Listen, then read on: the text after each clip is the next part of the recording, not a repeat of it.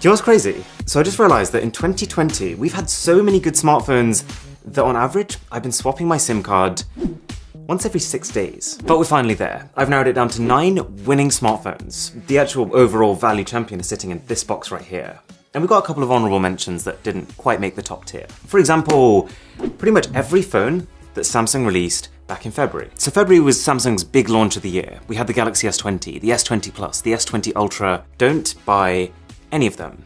They're actually good phones, but throughout the year, Samsung has one by one released other devices that make each one of them kind of redundant. Honorable mention number 5 goes to quite a fascinating device, in that this is the official phone for the upcoming James Bond film, the Nokia 8.3 5G. It's quite a suave, elegant looking phone, and you can see that it kind of has that cool gadget from the future vibe. It's just that turn it on and the illusion breaks immediately. This is a $700 phone.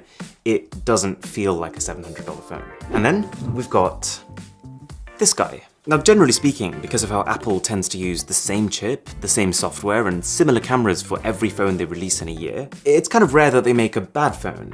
But this is like a hybrid product. It uses nearly their latest chipset, but with the battery capacity of an iPhone from 4 years ago. So it's a really fast phone, it's got a good camera, but the battery life alone is enough for me to not recommend it. Okay, number 3 is a smartphone that falls victim to the marketing trap. See, the thing with smartphones, right, is that often the best smartphones are not the most exciting smartphones. And so it's kind of tempting to build a device centered around a gimmick, one really cool feature that just makes you stand out. And that's exactly what Vivo did with the X50 Pro. They built a gimbal stabilization system within the camera for ultra smooth video. And it does actually work. This is a good phone, but it's just one of those things that I think before you start thinking about integrating gimbals, you need to make sure that you've absolutely nailed the fundamentals of a smartphone. But as it stands, this kind of comes with mid-range specs. Then we've got Sony. And this is a tough one because Sony has come a long way. There was a time a couple of years ago when we were watching from a distance being like, what are you guys doing? They were just making the same looking phone again and again, but with an increasingly convoluted naming structure to go along with it. That's not the case anymore. Well, the naming still sucks, but the phones are good. The Xperia 1 Mark II is the most competitive phone that Sony has made in a long time, but it's still not quite there. It is a lovely phone to hold and to look at, thanks to this cinematic 4K display, but the battery life is questionable, and while it does have some really cool pro camera features, the fundamental camera experience still does feel years behind what Samsung and Apple can do. Like, it has the potential to take good photos if everything goes to plan, it's just that it has very little consistency. It's not a camera you can rely on. And finally, bit of a sad story. A phone that was released, praised, cherished, only then for it to be almost forgotten about a month later. We're talking about the Oppo Find X2 Pro. And it's really sad because I was saying just today, it's such a pretty phone, but it's just that about a month after it came out, OnePlus released pretty much the same phone, just cheaper. This was Oppo's big foray into 2020. Best screen, best camera, everything. All right, those were the good phones. These are the great ones. We've got 8 different categories, and each category has a winner and a runner-up if applicable. Oh, and if you're enjoying this video, by the way, a sub to the channel would be golden. So what is the best affordable phone? I spent almost a full day just going back and forth on which one of these two to make the winner. But in the end I decided it's both of them, the Google Pixel 4a and the OnePlus Nord. Now I describe the 4a as a really easy phone. Not just easy on the wallet, but easy to use, easy to understand, easy to take fantastic photos, easy to fit in your pocket. If you don't consider yourself a techie person and you just want a tidy phone that works, this is A+. Now, you are technically getting more stuff with the OnePlus. It's just that I think a lot of that stuff will only be noticed and appreciated by people who are a bit more tech savvy. Things like a smooth 90Hz display, a slightly faster chipset, and an ultra-wide camera. And those two phones pretty much run away with it. There are a couple of other pretty good options, like Samsung has some decent mid-range phones like the A71, but I would go OnePlus. It definitely feels like the Nord has had a lot more care put into it. Everything from the packaging, to the performance, to the glass construction. It's a tier above. And if you were looking to go down the affordable iPhone route, it's a bit trickier, because if you look at every iPhone Apple currently sells right now, all the way up until the iPhone 12, each extra $100 you spend kind of makes a huge difference. So there isn't one phone that jumps out as like, yes, that's the perfect sweet spot. But what I would say is that in 2020, the iPhone 11 is a good option. and also try not to spend anything less than that. Like, it's just tough for me to recommend the 2018 mid-range iPhone XR when the Android competition is just so good. Now, to be fair, in 2020, we're kind of lucky, because you can actually go cheaper than that and still actually get a phone that lasts. So let's say you were going ultra affordable. There's one phone I would recommend, the Poco X3. It is by far the best spec phone you can get for the money, so much so that it's almost concerning. 64 megapixel 4K camera, huge battery, somehow a liquid smooth 120Hz display. Like, no exaggeration, this has the spec sheet of a $400 phone. It's just that it does require a little bit of fiddling to get the most out of it. You want to disable the ads baked into the software, and potentially also swap out the launcher if you're not a fan of this aesthetic. Now, if that doesn't sound like fun to you, there's two other really good options. The Realme 6, which is arguably better value than the almost identical Realme 7 that came after. It's just another one of those phones where it's like, it's so much good stuff for the money that you kind of wonder where the profit's coming from. And then we've got a phone from OnePlus, actually. So this is the OnePlus Nord N100. And fun fact, this is actually almost completely just a more expensive rebadged version of the Oppo A53. Because you might know that both OnePlus and Oppo, they actually share a parent company. But that doesn't change the fact that this is a widely available and quite affordable phone that has just beautiful software. This is running full Oxygen OS, so it still feels like a OnePlus phone. Okay, we've got to talk about gaming phones, because for the last 3 years, gaming phones have been a bit of a side chick in the smartphone market. Like, everyone wants a smartphone, almost everyone plays games on their smartphone, but gaming phones have always been this superfluous, unnecessary gimmick. 2020 has completely changed my mind on that. The gaming phones we've had this year, they're not just the fastest, most well-spec'd devices geared for gaming, they're also just multimedia monsters. And generally the cameras have got good enough that it doesn't feel like you're compromising, like you're buying a specialized piece of gear. So, the title of Best Gaming Smartphone goes to a phone that I think really embodies this. It feels like a gaming phone when it needs to feel like a gaming phone. It is the Asus ROG Phone 3. This is a phone that, even as someone who doesn't really play many phone games, I would happily use. It's got probably the best speakers on a phone ever. It's got a ludicrous 6,000 mAh battery and a 64 megapixel triple camera that is a solid B+. I should probably also mention the other ones though, because the gaming contest was probably the closest battle, just because I think the nature of building a phone for gaming kind of gives it all the prerequisites needed to just be a good general phone. So the first one is the Lenovo Legion Dual. This is actually the closest competitor to the ROG phone. It's just weird. Like, honestly, I love experimental design, but this is too much for me. And I just keep accidentally covering these cameras with my fingers, which are in the middle, presumably so that you can grip the phone like a controller. But inside, spec for spec, this completely trades blows with the ROG phone. The main difference for me is just that this has a smaller 5,000 mAh battery, but faster 90-watt charging. So just because I'm someone who sides with battery capacity over charging speed, I went with the ROG, but you might actually find that this does the job just as well. Now there's also the Black Shark 3 Pro, which is a really fun phone, because, I mean, A, it's enormous, and B, has actual physical shoulder buttons that just disappear when you're not gaming. I am a bit of a lost cause when it comes to mobile games, but this is one of the few things that has actually helped me. And finally there's the Red Magic 5G. And this is probably the nicest looking gaming phone in that it doesn't try to be too extra. This is actually also the most affordable one, so it's a good entry point into the gaming phone market. It's just, the camera needs some serious work. While we're at it though, that ROG Phone 3, also the battery king of 2020. Now while you can technically get phones that have more capacity, those extreme phones that look something like this, as far as a phone that is generally also a really good phone, you're not going to get one with more endurance than here. Just a massive cell paired with every battery feature under the sun, including actually the ability to use it as a power bank to charge your other phones. Alright, moving on. The best foldable phone of 2020 is the easiest choice I've had to make all video.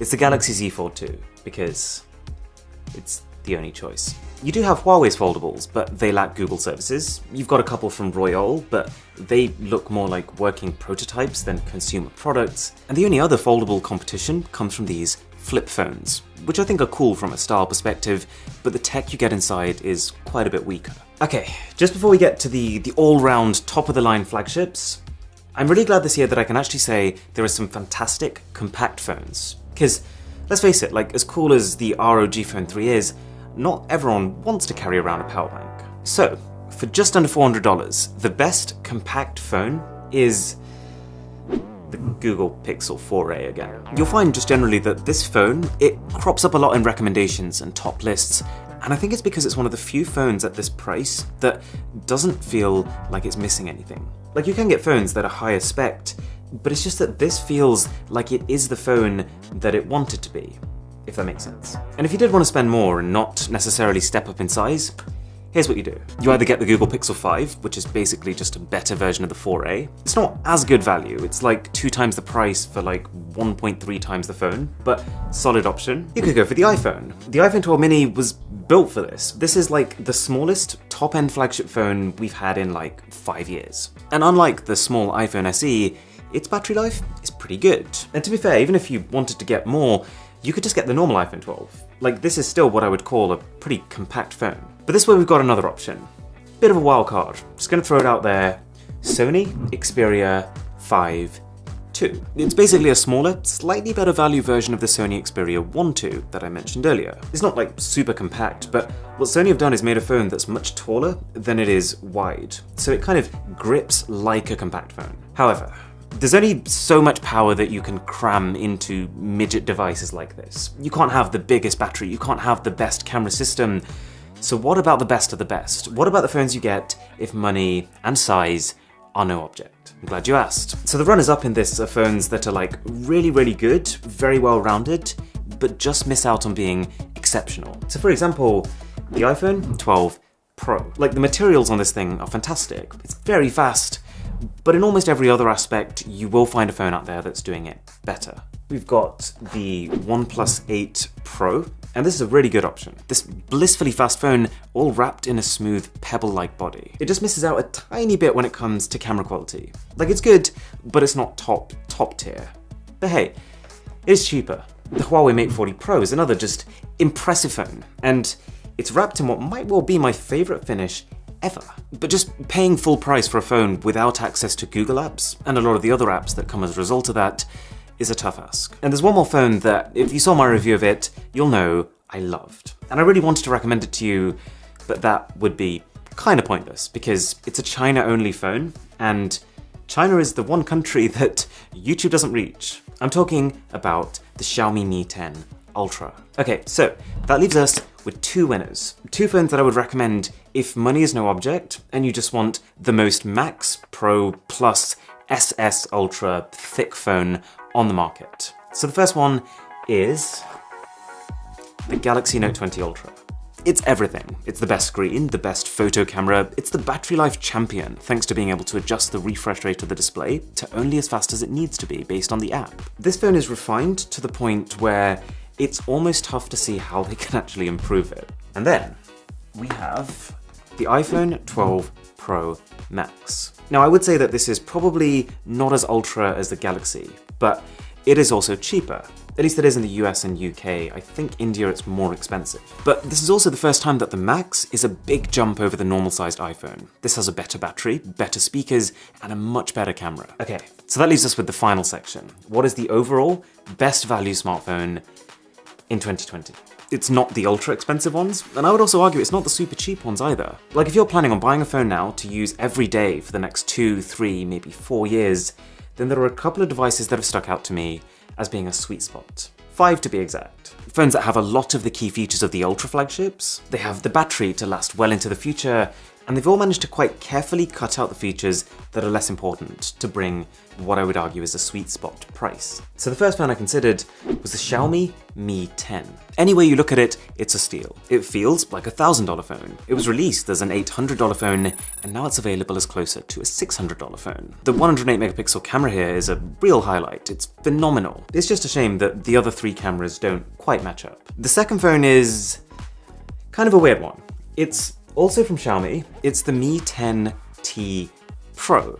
Now when you hear that name, and you know what the Mi 10 is, and you know that both T and Pro are often used in smartphones to refer to something that's better, you would think that this is higher end, right? It's not. This actually sits just below the Mi 10 in price, and is still a staggering spec sheet. 108 megapixel camera, 144Hz refresh rate, 5000 mAh battery, with just the one strange caveat of having an LCD display on the front, instead of OLED. It's still a brilliant phone, but it feels like a strange decision. Like you spec the entire thing out like crazy, but then for the sake of like $10, $15 per phone, you skimp on the main thing that people are going to be interacting with. Then we've got Samsung. And actually, you might have noticed this already, ever since Huawei started struggling with their whole US ban situation, both Samsung and Xiaomi have kind of been on overdrive, just producing more and better value phones than ever before to try and scoop up people who are currently Huawei users looking for an alternative. And the Samsung Galaxy S20 FE is probably the best thing they could have done for this. It looks good on paper, it feels good in practice, and it's at $699, which is a price point that Samsung usually stays far away from. So I mentioned earlier that while the Galaxy S20 and S20 Plus were good phones, there's absolutely no point buying them. And that's because of this. The S20 FE is basically what happens when Samsung takes a look at their S20 phones and says, okay, what things are really important? Let's make them better. What things don't we need as much? Let's chop them. So it's got less in the way of telephoto zoom cameras, more in the way of battery life. This was so close to being a winner, but there is a phone out there that costs less and can deliver just as much. And that leaves us with the winners. Because, yes, there are two phones in this box. You must be on the edge of your seat right now. So, the joint winner of Best Value Smartphone in 2020 is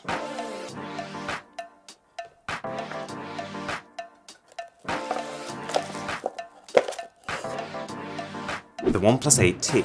So earlier this year, OnePlus released the OnePlus 8 Pro, their top-end flagship, but also the much better value OnePlus 8. But this new OnePlus 8T kind of did the unthinkable. They made it nearly as good as their Pro phone, and somehow cheaper than their value-oriented OnePlus 8. This is just such an easy phone to recommend. The hardware and the software are spot on. You might have seen this coming. OnePlus has kind of been at the top of the value charts for a while now, but you might not have seen the other winner coming. So, the other joint best value smartphone of 2020 is the Asus Zenfone 7 Pro. So you're looking at a phone with a 64 megapixel triple camera setup, which is kind of standard, but as well as being able to use it like this, with one switch, you can use it like this. So straight away, it's a bit like having not one set of triple cameras, but two sets, meaning that these are the best selfies you can take on a smartphone. The reason that this is special is that it doesn't feel like Asus has just created a one-trick pony for the sake of marketing. This is A, genuinely really useful feature that is implemented well. B, it's just generally a phone that is spec'd like a beast. The best chipset, a quality uninterrupted display, and a huge 5000 mAh battery. And C, it's got a simple, elegant software solution. And the best part of this is that it's not $1,400 or even $1,000, it's just over $800. Alright, so there's a few phones that I didn't manage to test. A couple from LG, the Galaxy Z Flip 5G, a couple of phones from Motorola, and the Microsoft Surface Duo. But apart from that, this is hopefully the most comprehensive buying guide on the internet. This has been a long time in the works, probably the biggest project I've made this year. So thanks a lot for watching. A sub to the channel would be unbelievable if you could. My name is Aaron, this is Mr. Who's the Boss, and I'll catch you in the next one.